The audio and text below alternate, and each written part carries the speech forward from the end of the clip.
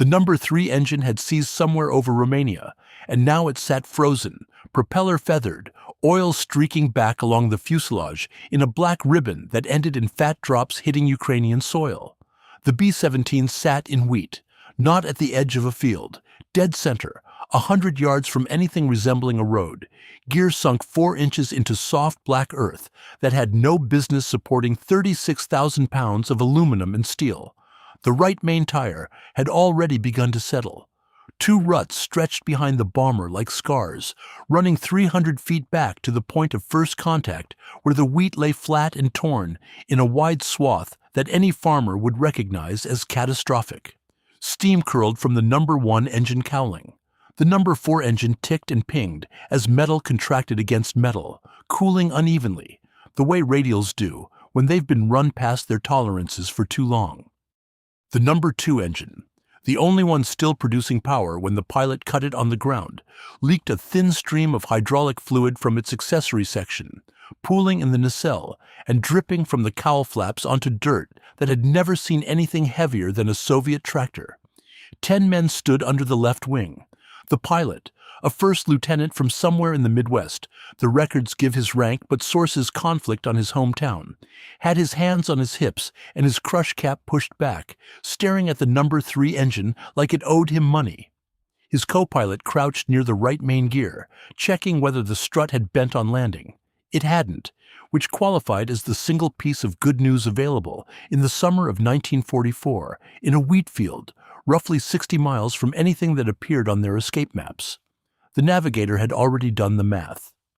They sat in Soviet-controlled territory, east of the front lines, south of Kiev, in a stretch of freshly liberated Ukraine, where the nearest American facility, if it could be called that, operated out of Poltava, an airfield the Soviets had grudgingly allowed the United States Army Air Forces to use for shuttle bombing missions under an arrangement called Operation Frantic. Poltava sat roughly 150 miles northeast. They had no radio contact. The tail gunner's intercom had shorted out over the target. The command radio had taken flak fragments through its junction box, and the liaison set produced nothing but static on every frequency the radio operator tried. No one had come to investigate the landing. The crew stood alone in a field so flat and featureless that the horizon looked painted on, broken only by a tree line to the south and what appeared to be farm buildings a mile to the east. A story like this, an American bomber crew stranded in Soviet wheat country, attempting a repair that no technical manual anticipated, doesn't show up in the algorithm unless people push it there. A like takes half a second. A subscribe means the next one finds you. Drop a comment if you've heard a crazier repair job than what's coming, because the bar is about to get high. The ball turret gunner had climbed back inside the aircraft and emerged with a canteen and a box of K-rations, distributing them without being asked, which tells you something about the kind of crew this pilot ran. The flight engineer, the man whose opinion mattered most at this particular moment, had already opened the cowling on number 3 and confirmed what the oil pressure gauge had announced at 14,000 feet over Ploesti. The master rod bearing had failed. Fragments of Babbitt metal sat in the oil sump like gravel. The engine would never run again without a complete teardown and new parts, neither of which existed within 500 miles. The flight engineer said so in plain language. 9 men looked at the pilot. The pilot looked at the wheat field stretching in every direction and did not answer immediately. Here is what they knew. They flew with the 15th Air Force out of southern Italy, part of the massive strategic bombing campaign against Axis oil production, centered on the Romanian refinery complex at Ploesti. Their bomb group had launched that morning from a base near Foggia. The mission had gone wrong early. Flak over the target had been extraordinary. Ploesti carried more anti-aircraft guns per square mile than Berlin by mid-1944, something like 200 heavy guns and several hundred light and medium pieces arranged in concentric rings that the bomber crews called the barrage belt. The B-17 had taken hits on the bomb run. Number 3 caught fragments in the accessory section. Number 1 took a near miss that cracked a cylinder head. The hydraulic system lost pressure. The oxygen system failed above 20,000 feet, forcing a descent that separated the aircraft from its formation and its fighter escort. Alone, damaged, burning fuel at a rate that made the return to Italy impossible. The pilot had made the decision to turn east towards Soviet lines rather than bail out over enemy territory. So they ended up in the wheat, and in a problem no one in the 15th Air Force planning section had anticipated, because Operation Frantic assumed American bombers would land at prepared Soviet airfields with fuel, parts, and ground crews waiting. It did not assume a crippled B-17 would belly into a collective farm with a dead engine, no radio, and 10 men whose combined knowledge of the Russian language amounted to the word tovarish and a vague memory that da meant yes. The pilot had gotten his crew down alive. Getting them home required something else entirely. Averell Harriman had the cable in his hand before the ink dried on Roosevelt's signature. February 1943. Stalingrad had just ended. The Wehrmacht's Sixth Army had ceased to exist, and Washington wanted something from Moscow that Stalin had refused every time it came up: American aircraft operating from Soviet soil. The idea predated Harriman's involvement by months. Army Air Forces planners had sketched it out in late 1942 as a pure military concept: bombers hitting targets in eastern Germany and occupied Poland, then continuing east to land at Soviet bases, instead of turning around and flying back through the same flat corridors they'd just survived. The geometry made sense on a map. A B-17 based in England could strike Berlin and land in Ukraine, a distance of roughly 1,400 miles, well within the aircraft's combat radius, even carrying a full bomb load. The next day, it could hit targets in eastern Poland on the return leg, effectively doubling the productive sorties per mission cycle and forcing the Luftwaffe to defend in two directions simultaneously. General Arnold loved it. Marshall endorsed it. Roosevelt saw something beyond the military logic: a political instrument, a physical binding of the two armies that would force cooperation at the operational level and, he believed, build the trust necessary for post-war relations. Stalin's foreign ministry refused in March of 1943, refused again in April, and by May responded in a way that suggested the question itself offended them. Harriman kept asking. The Soviet refusal had nothing to do with logistics and everything to do with control. American ground crews on Soviet territory meant American eyes on Soviet military infrastructure, American officers interacting with Soviet soldiers, American abundance visible to men who had been eating black bread and fighting with one rifle per 2 men 18 months earlier. Stalin understood what Roosevelt apparently did not: that the mere presence of well-fed, well-equipped Americans on Russian airfields would constitute a form of ideological sabotage more dangerous than any German propaganda leaflet. The Soviets reversed course in February 1944, and the reversal should have alarmed everyone in Washington. It didn't. Stalin agreed to allow American heavy bombers to use 3 airfields in the Poltava region, Poltava itself, Mirgorod, and Pyatyn, under conditions so restrictive they amounted to supervised custody. American personnel would be limited in number. Movement off the airfields required Soviet escort. No American aircraft could photograph Soviet installations. No American personnel could fraternize with local civilians. The Soviets would provide perimeter security, which meant Soviet NKVD troops controlling who entered and exited the American operating areas. General Dean, head of the U.S. military mission in Moscow, sent a cable to Washington that used the word unworkable in the first paragraph. The Joint Chiefs read it. They approved Operation Frantic anyway, because Roosevelt wanted it, and because the military advantages, on paper, remained compelling. The first Frantic mission launched on June 2, 1944, 4 days before D-Day. 130 B-17s of the 15th Air Force hit a rail yard at Debrecen, Hungary, and continued east to land at Poltava and Mirgorod. The crews found the airfields functional but austere. Soviet ground personnel watched the Americans with a combination of curiosity and suspicion that the American liaison officers described in reports as correct but cold. Fuel had been pre-positioned. Bombs for the return mission sat in improvised storage areas. The arrangement worked, barely, held together by goodwill on the American side and tight surveillance on the Soviet side.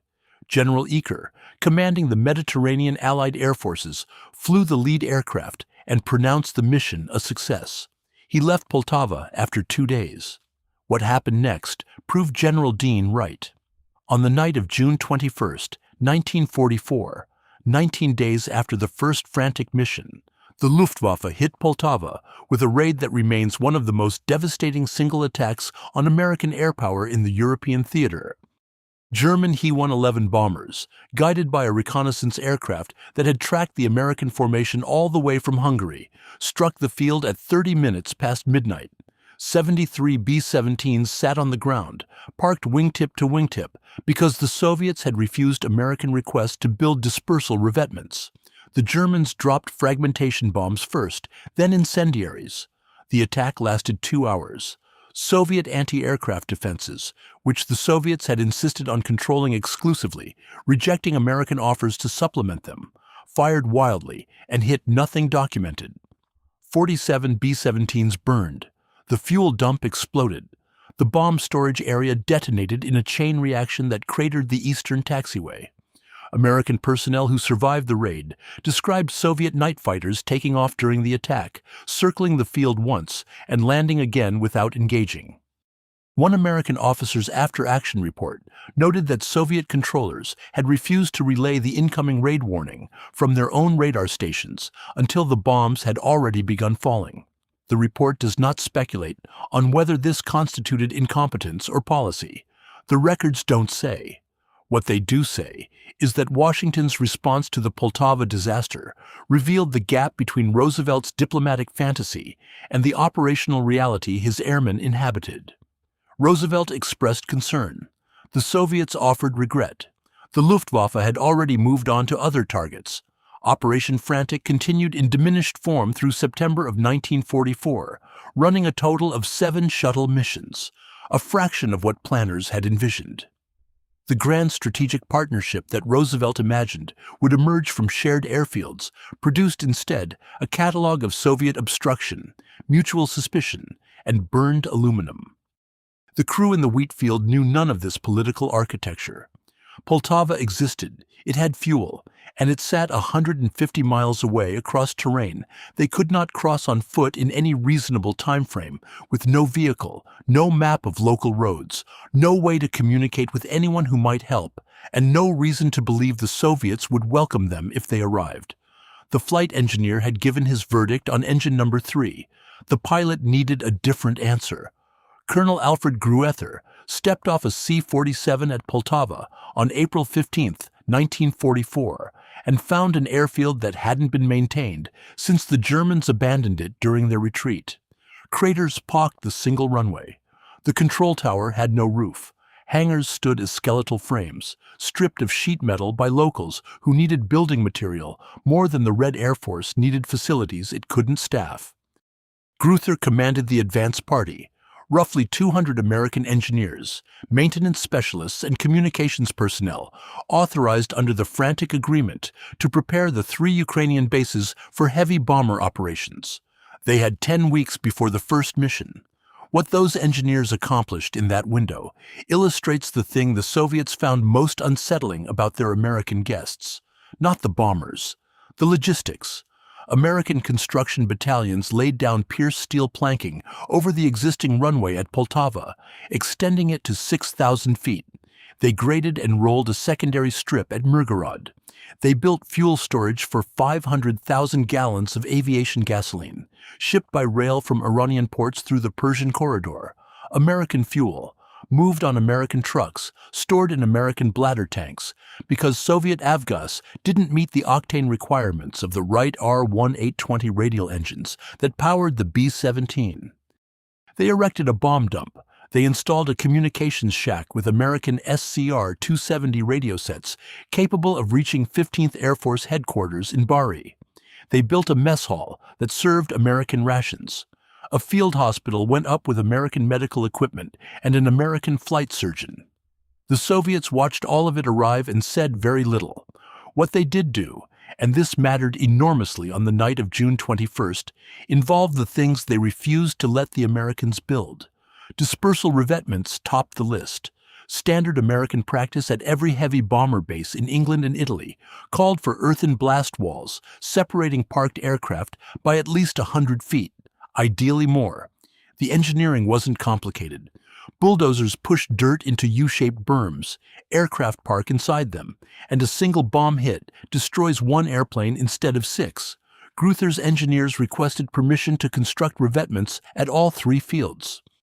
The Soviet base commander at Poltava denied the request. The reason given, that revetments would damage adjacent agricultural land, struck the Americans as absurd, given that the runway construction had already torn up several hundred acres. The real reason aligned with the pattern General Dean had identified in Moscow. Every American construction project on Soviet soil represented a degree of permanence the Soviets intended to prevent. Revetments implied the Americans planned to stay. An intelligence summary from the Eastern Command noted that Soviet liaison officers Ichesky, systematically, redirected or delayed any American infrastructure request that suggested long-term presence. Their word, transliterated in the American report. Night fighter defense followed the same pattern. The Americans offered to position P-61 Black Widow night fighters at Poltava. The Soviets refused. The Americans offered radar-directed anti-aircraft batteries. Refused. The Soviets insisted their own air defense network covering the Poltava region provided adequate protection. That network consisted of obsolescent searchlight batteries, a handful of radar sets of uncertain capability, and night fighter squadrons flying aircraft that American intelligence assessed as inadequate for intercept work against modern German bombers at altitude. So when a German Heinkel He-111 reconnaissance aircraft appeared over Poltava on the afternoon of June 21st and circled the field for 11 minutes at high altitude, visible, tracked, reported by American personnel to Soviet air defense controllers. Nothing happened. No intercept. No alert escalation. The American liaison officer on duty requested that Soviet fighters scramble. The request went unanswered for 40 minutes. The reconnaissance aircraft departed east, reversed course, and disappeared. That evening, 73 B-17s sat on the Poltava hardstands in neat rows, wingtip to wingtip, exactly as the Soviet parking plan dictated. Full fuel, loaded with bombs for the next morning's return mission. The crews slept in tents 300 yards south of the flight line. At 30 minutes past midnight, the first flares dropped, a single flash above the field, white phosphorus, blinding, turning the entire airfield into a lit stage visible from 30 miles. Then, the dull concussion of fragmentation clusters hitting steel and concrete in overlapping patterns.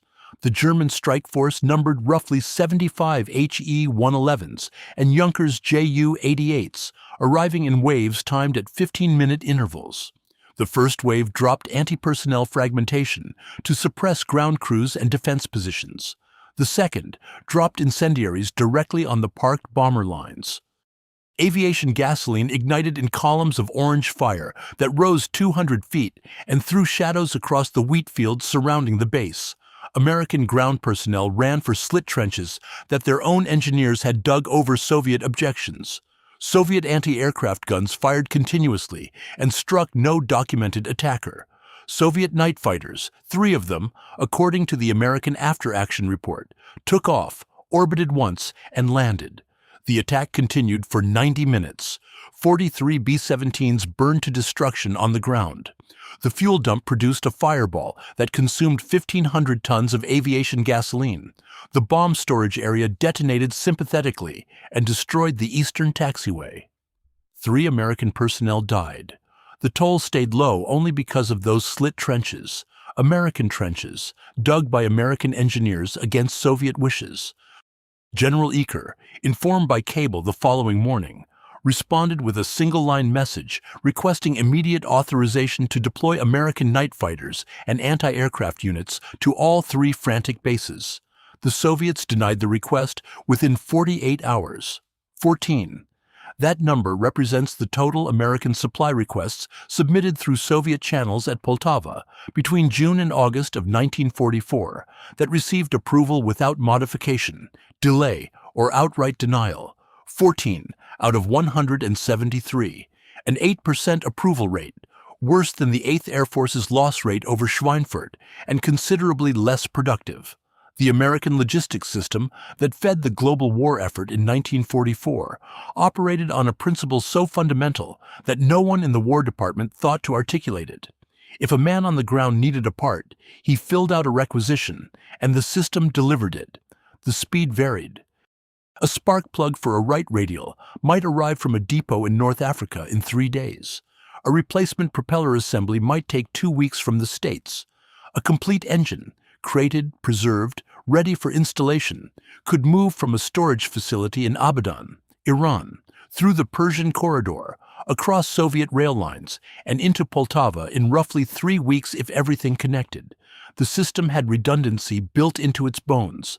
Multiple supply routes and pre-positioned war reserve stocks backed a philosophy that treated maintenance as a combat function, deserving the same priority as ammunition. The 15th Air Force alone consumed 11,000 spark plugs per month across its bomber groups. That number meant nothing to the quartermasters who tracked it, because the plugs always arrived. Abundance at that scale stops registering as remarkable. It becomes atmospheric, like oxygen, noticed only when it disappears. It disappeared at Poltava. The Soviet supply approval process required every American material request to pass through a Soviet liaison officer, then to the Soviet base commander, then to the regional military district headquarters, then, for anything beyond consumables like food and water, to Moscow. Moscow meant the People's Commissariat of Defense. Response times averaged 11 days for items the Soviets classified as routine. For anything involving aircraft parts, fuel, or communications equipment, the average stretched to 19 days. Some requests simply vanished into the system and produced no response at all. An American maintenance officer at Mirgorod documented 23 separate requisitions for R-1820 engine components submitted between June and September. 7 received responses. 3 received the requested parts. The other 4 responses consisted of questions asking why the parts couldn't be sourced from existing American stocks in theater, a circular logic that assumed the Americans had access to their own supply chain, which the Soviets simultaneously prevented by restricting American transport flights into and out of the Poltava complex. Every request becomes a negotiation, General Dean wrote to Marshall in July of 1944. Every negotiation becomes an opportunity for delay. American ground crews at the 3 Frantic bases adapted the way American enlisted men have adapted to impossible bureaucracies since Valley Forge. They worked around the system. Crew chiefs cannibalized damaged aircraft for parts. Mechanics fabricated gaskets from leather scraps traded with local farmers in exchanges the NKVD perimeter guards either didn't notice or chose to ignore. Radio operators built antenna arrays from salvaged German telephone wire found in ditches along the roads outside Mirgorod. One maintenance sergeant, his name appears in a unit diary, but not in any official report, managed to acquire a complete magneto assembly from a Soviet aircraft mechanic in exchange for 12 cans of Spam and a Zippo lighter. The transaction took place behind a latrine at 0300 hours, which tells you everything about what both sides understood regarding the official channels. The Soviet obstruction extended beyond parts. Fuel releases required 48 hours notice and Soviet approval of the stated mission purpose. American transport aircraft flying replacement crews or critical supplies from Iran needed Soviet overflight clearance that sometimes arrived after the aircraft had already turned back for lack of authorization. American personnel requesting ground transport to recover a downed crew, like the 10 men sitting in a wheat field south of Kiev, discovered that Soviet motor pools operated under standing orders to refuse American requests without written authorization from the district military commander, a man located in a headquarters building that no American officer had ever been permitted to visit. Medical evacuations moved faster, but only when the American flight surgeon classified the case as life-threatening, a determination the Soviet liaison officer reserved the right to challenge. None of this constituted hostility in the diplomatic sense. The Soviets never refused to cooperate. They agreed to cooperate extensively in writing, through channels, at a pace calibrated to ensure that cooperation arrived after the need for it had passed. Professional bureaucrats everywhere would recognize the method. Say yes, Mean later. Let later do the rest. The American officers at Poltava coined a phrase for it that shows up in at least 3 separate post-war interviews: the Soviet way of saying no. The crew in the wheat field existed entirely outside this apparatus. No Soviet liaison officer to submit requests through, no requisition forms, no channel to Moscow or Poltava or anyone. The pilot understood, probably within the first hour on the ground, that waiting for the system to find them meant waiting for weeks, possibly longer, in a field where 10 Americans with no weapons heavier than .45 caliber sidearms sat in territory where German stragglers, partisan bands, and NKVD patrols all represented distinct categories of trouble. The flight engineer kept coming back to the same problem. 3 engines could fly the B-17. The aircraft had demonstrated that capability repeatedly. Crews had nursed damaged bombers hundreds of miles on 3 engines, even 2 in extremis. Engines 1, 2, and 4 all ran, if imperfectly. The issue had nothing to do with engines. The issue sat under the wheels. 4 inches of Ukrainian black earth, soft as potter's clay, gripping 36,000 pounds of bomber, with no paved surface within visual range. The pilot needed a runway. He had a wheat field. The distance between those 2 things measured exactly 1 Soviet tractor. The pilot sent 2 men walking east before noon on the first day. The navigator and the ball turret gunner, chosen because the navigator spoke passable German and the gunner had grown up on a dairy farm in Wisconsin and claimed he could identify any piece of agricultural machinery by sound alone. Their orders consisted of 3 words: find a tractor. They found one in under 2 hours. A kolkhoz, collective farm, sat 3 miles east of the landing site, a cluster of low buildings around a muddy central yard where chickens moved with more purpose than the single elderly man sitting on a bench outside what appeared to be an administrative office. The tractor stood behind a barn, a Stalinets SC-65, Soviet-built diesel, a tracked crawler designed for plowing the exact black earth that held the B-17 prisoner. The navigator attempted German. The old man stared at him. The navigator tried hand gestures. The old man called for someone inside the building, and a woman emerged, mid-30s, wearing a headscarf and boots caked in the same black soil, who turned out to be the kolkhoz chairwoman. She spoke no German and no English. The navigator pointed at the tractor. She shook her head. He produced a pack of Lucky Strikes. The negotiations lasted 4 hours. American cigarettes in Soviet Ukraine in 1944 functioned as a currency more stable than the ruble and more desirable than anything the state distribution system provided. The kolkhoz chairwoman understood their value immediately. The ball turret gunner from Wisconsin walked around the S-65, checked the oil, examined the tracks, and pronounced it operational. A diagnosis he delivered to the navigator with the confidence of a man who had spent 16 years around machines that pulled things through dirt. The chairwoman's reluctance had nothing to do with generosity. She managed a collective farm under wartime production quotas, enforced by district party officials who inventoried every piece of equipment monthly. Lending a tractor to foreign soldiers without authorization invited the kind of attention that ended careers and sometimes ended more than careers. The navigator grasped none of these specifics, but understood the shape of the problem. He offered more cigarettes. The crew had pooled their supply, roughly 40 packs across 10 men, plus 2 cartons the radio operator had been saving to trade in Bari. The chairwoman studied the pile on the bench. She sent a boy running to fetch someone from the fields.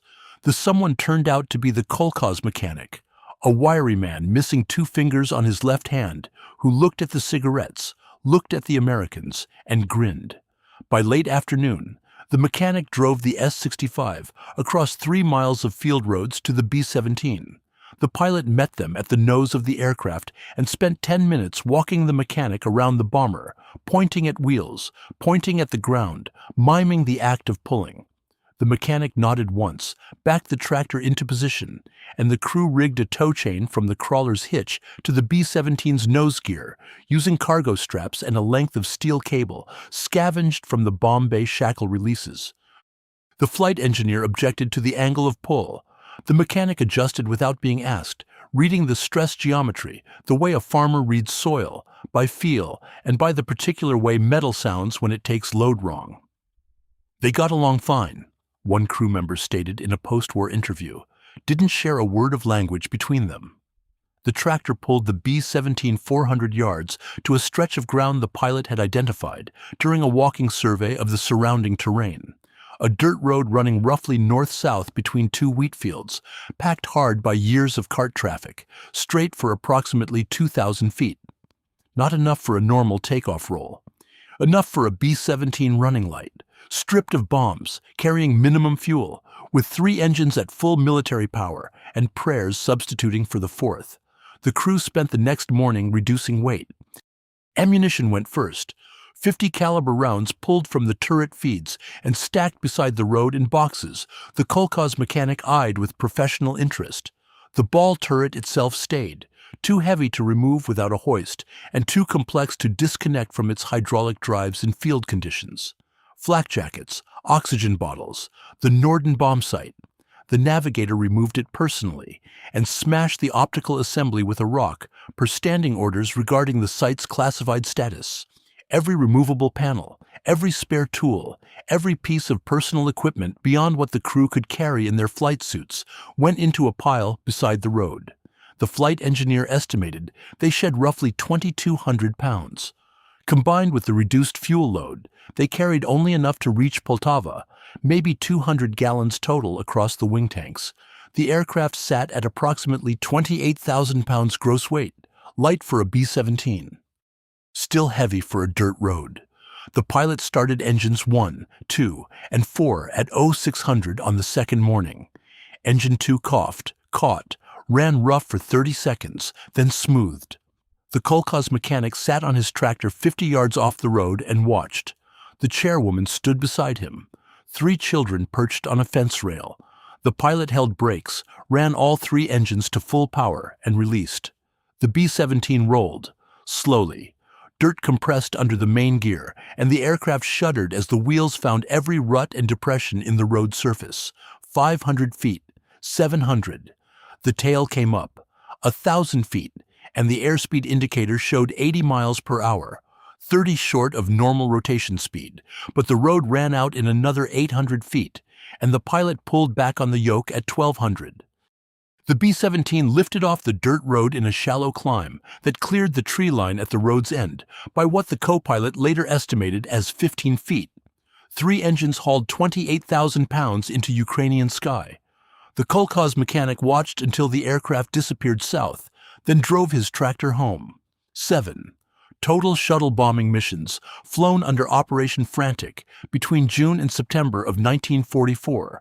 7 missions across 4 months of diplomatic effort, construction labor, fuel shipments through Iran, and the destruction of 43 heavy bombers on the ground at Poltava. The strategic effect on German war production registered at 0 in the post-war United States Strategic Bombing Survey. The word the survey used, negligible, carried the particular sting of a conclusion reached by the same organization that had championed the concept. The B-17 that lifted off the dirt road on 3 engines reached Poltava. The records confirm arrival, but not much else. No maintenance report, no debriefing transcript, no record of whether the aircraft ever flew a combat mission again. Sources conflict on whether the crew returned to Italy by air or by the tortuous southern route through Tehran. The file thins out exactly where curiosity sharpens. What does not thin out? What fills volumes in the National Archives involves what the Soviets extracted from Operation Frantic, while the Americans extracted almost nothing.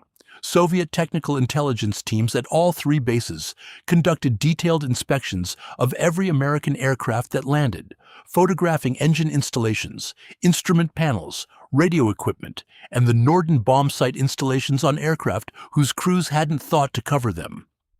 American counterintelligence officers reported finding Soviet personnel inside parked B-17s on at least 4 documented occasions. The Soviet explanation always involved routine security inspections. The inspectors, every time, carried notebooks. General Dean's reports to Washington grew progressively blunter through the summer. A July cable noted that Soviet liaison officers asked detailed technical questions about the SCR-522 VHF radio sets, questions that revealed familiarity with the equipment's internal architecture beyond anything casual observation could produce. Someone had opened the cases. The Soviets also acquired something less tangible and more valuable than any single piece of hardware. They acquired confirmation that American heavy bombers could not operate from Soviet territory without Soviet permission at every stage, that the United States would accept operational restrictions no combat air force would tolerate from any other host nation, that Roosevelt's desire for Soviet goodwill outweighed the professional judgment of every American military officer stationed east of Warsaw. Stalin tested the weight of American eagerness and found it sufficient to bear any load he placed on it. The Poltava raid settled the military question. After June 21st, the Americans knew the bases sat exposed, knew Soviet air defense amounted to theater, knew that dispersal revetments and night fighters and radar-directed flak, the defenses that made English and Italian bases survivable, would never arrive. The missions continued regardless, driven by political momentum that had detached entirely from operational logic. The 6th Frantic mission launched on August 6th. 76 B-17s hit an airfield in Romania, landed at the Soviet bases, and departed the next day. The 7th and final mission flew on September 11th. After that, silence. No formal cancellation. No announcement. The mission stopped the way most failed programs stop in wartime. Quietly, buried under newer priorities, acknowledged only in after-action reports that circulated at classification levels, ensuring no journalist would read them for 30 years. Dean submitted his final assessment of Soviet cooperation in October of 1944. The document runs 11 pages. Its central conclusion holds a clarity that months of diplomatic cable traffic had carefully avoided. The Soviet Union participated in Operation Frantic to control American presence on Soviet soil and acquire American technology, while demonstrating to Washington that military cooperation with Moscow operated exclusively on Moscow's terms. The shuttle bombing concept delivered nothing the 15th Air Force couldn't accomplish from Italian bases using existing routing. The deep penetration targets. Frantic supposedly enabled factories in eastern Poland, refineries beyond normal fighter escort range, received fewer total bomb tonnages across all 7 missions than the 15th dropped on Ploesti in a single week of conventional operations from Foggia. Roosevelt's handshake gamble rested on an assumption so American it functioned almost as a cultural confession, that generosity creates obligation, that shared enterprise builds trust, that if you give enough, you eventually receive. Stalin operated on the opposite principle. Gifts revealed the giver's weakness.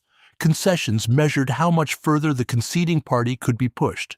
The Americans offered bases, aircraft, fuel, construction battalions, communications networks, and the implicit promise of deeper post-war cooperation. The Soviets accepted all of it, restricted its use, studied its technology, and closed the bases the moment political utility expired. The kolkhoz mechanic who towed a B-17 to a dirt road with a Stalinets tractor accomplished more for that bomber crew in a single afternoon than the entire Frantic diplomatic apparatus accomplished in 4 months. 10 Americans traded cigarettes with Ukrainian farmers and flew themselves out of a wheat field because the system designed to support them had been architected, deliberately and patiently over months, to do the opposite. The crew improvised. The mechanic improvised. Neither asked permission from Moscow. The machine lifted off a cart road on 3 engines because 2 men who couldn't speak each other's language agreed on what needed doing and did it without paperwork or channels or the Soviet way of saying no.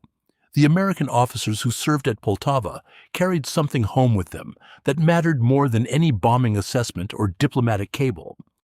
They carried direct personal knowledge of how the Soviet system operated. Knowledge that shaped their recommendations through the late 1940s as the wartime alliance decomposed into the confrontation that replaced it. Dean's reports fed directly into the Truman administration's hardening posture toward Moscow. The men who built Poltava, watched it burn, and fought the bureaucracy for 11 months understood something Roosevelt never accepted. Stalin always intended to say no. He just said it slowly. Poltava Airfield, January 1945. The last American personnel departed by transport aircraft on a morning cold enough to freeze hydraulic fluid in unheated lines. They left behind warehouses full of equipment the Soviets had classified as abandoned property. Spare engines, toolkits, radio sets, medical supplies, crates of .50 caliber ammunition. Nobody had authorization to move. A Soviet inventory team cataloged everything within 72 hours. The speed of that inventory, compared to the 19-day average for approving a single American parts request, carried its own arithmetic. By March, Soviet fighter units occupied all three former Frantic bases. Poltava housed a regiment of Yak-9s. Mirgorod received a ground attack squadron flying Il-2s. Pyryatyn, the smallest of the three fields, became a training facility for Soviet pilots transitioning to newer aircraft types. The runways American construction battalions had repaired and extended, now launched Soviet sorties pointed west toward Poland and Germany, toward the line where the Red Army met the advancing Americans and British in a handshake considerably less optimistic than the one Roosevelt had offered Stalin 2 years earlier. The same NKVD officers who had monitored American personnel, restricted their movements, reported their conversations to Moscow, and filed assessments on individual aircrews continued in their positions without interruption. Their targets changed. German prisoners replaced American aircrews as subjects of surveillance. The bureaucratic apparatus, the liaison officers, the approval chains, the headquarters buildings no foreigner could visit, the district military commanders who staffed them, transferred seamlessly from managing an ally to administering occupied territory. The classified record of Operation Frantic entered a peculiar limbo after 1945. The Americans had no interest in publicizing a failed diplomatic initiative that revealed how thoroughly Stalin had manipulated Roosevelt's goodwill. The Soviets had no interest in acknowledging that American heavy bombers had operated from Soviet soil at all. The entire episode contradicted the post-war narrative of Soviet self-sufficiency and independent victory. Both sides preferred silence. Dean's 11-page assessment remained classified until 1973. The unit diaries from the three bases, including the maintenance logs, the requisition records, the counterintelligence reports documenting Soviet personnel inside American aircraft, stayed restricted through the late 1980s. Individual crew accounts surfaced in veterans' magazines and reunion newsletters, fragmentary and uncorroborated, carrying the half-apologetic tone of men describing events they suspected no one would believe. The B-17 crew that flew out of the wheat field on 3 engines left almost no official trace. The pilot's name appears in a 15th Air Force roster for the relevant bomb group. His aircraft serial number matches a B-17G manufactured at the Boeing plant in Seattle in late 1943 and assigned to the Mediterranean Theater in February 1944. After the Poltava arrival entry, the aircraft disappears from maintenance tracking records entirely. It either flew again under a different assignment code, sat at Poltava until the Soviets claimed it as abandoned equipment, or, and this remains possible given Soviet handling practices, ended up in a Soviet technical evaluation facility where American aircraft underwent detailed disassembly and analysis. The records don't say. The file contains the arrival notation, a fuel receipt stamped by a Soviet supply officer, and nothing else. "We got out because we decided to get out," one crew member told an interviewer in 1981. "Nobody was coming for us. That part we understood right away." The 15th Air Force flew its last combat mission on May 1, 1945, a strike against rail yards in Salzburg, Austria. By then, Operation Frantic had been dead for 8 months, and the men who had served at Poltava had scattered across the Air Force's global structure, carrying individual memories of a posting that defied easy categorization. They had served on Allied soil, among Allied forces, under conditions that resembled internment more than cooperation. Several of the officers, Dean most prominently, but also intelligence staff and logistics planners who had fought the approval system daily, transitioned directly into post-war roles involving Soviet analysis. Their expertise derived not from academic study or signals intelligence, but from the specific experience of submitting a requisition for engine parts and watching it dissolve into a bureaucracy engineered to consume it. That knowledge, granular, personal, built from frustration, no desk in Washington could reproduce, informed American planning assumptions about Soviet behavior through the Berlin blockade and Korea, and later shaped the early architecture of NATO's logistics doctrine. The Frantic veterans knew what cooperation with Moscow looked like from the inside. They had lived inside the machine. The kolkhoz chairwoman's name does not appear in any American record. The mechanic with the missing fingers exists only in the crew's post-war recollections, unnamed, unranked, holding no position in any military structure. Soviet collective farm records from the Poltava district for 1944 survive in Ukrainian archives, but matching a specific tractor requisition to a specific farm requires cross-referencing documents scattered across 3 separate archival collections in Kiev and Moscow. No researcher has published the result of that search. The 15th Air Force's bomb groups rotated replacement crews through Italy on a schedule that treated individual missions as interchangeable units of risk. The crew that landed in a Ukrainian wheat field traded cigarettes for a tractor, smashed a Norden bomb site with a rock, and flew a 36,000-pound bomber off a cart road on 3 engines, returned to the rotation. Their next mission briefing covered a target in southern Germany, oil storage facilities, heavy flak expected, fighter escort provided by P-51s out of Ramatelli. The navigator carried a new bomb site. The flight engineer had a full set of engines. Standard sortie, standard risk. The mission board listed their aircraft number in chalk on a blackboard at Foggia. White letters on green slate, 1 line among 40.